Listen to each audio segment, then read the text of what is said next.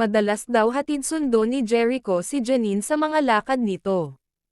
Tuwing may pupuntahan si Janine, si Jericho ang nag-aalok na maghatid sa kanya. Ayon sa balita, laging nakaalalay si Jericho kay Janine sa bawat lakad nito.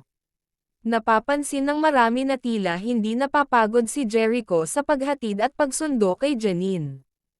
Kahit anong oras ng araw, handa raw si Jericho na ihatid si Janine sa kung saan man ito pupunta. Pinatunayan ni Jericho ang kanyang suporta kay Janine sa pamamagitan ng pagiging laging present sa mga lakad nito. Kapansin-pansin ang pagiging maalaga ni Jericho kay Janine, lalo na sa paghatid sundo. Minsan pa raw, kahit malayo ang pupuntahan, sinisiguro ni Jericho na siya ang magdadala kay Janine. Nasabi tuloy ng iba na sobrang maalalahanin ni Jericho pagdating sa mga lakad ni Janine.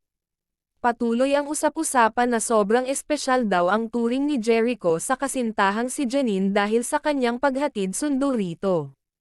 Samantala marami na ang abang sa bagong proyekto nila, na siguradong kakikiligan ng marami.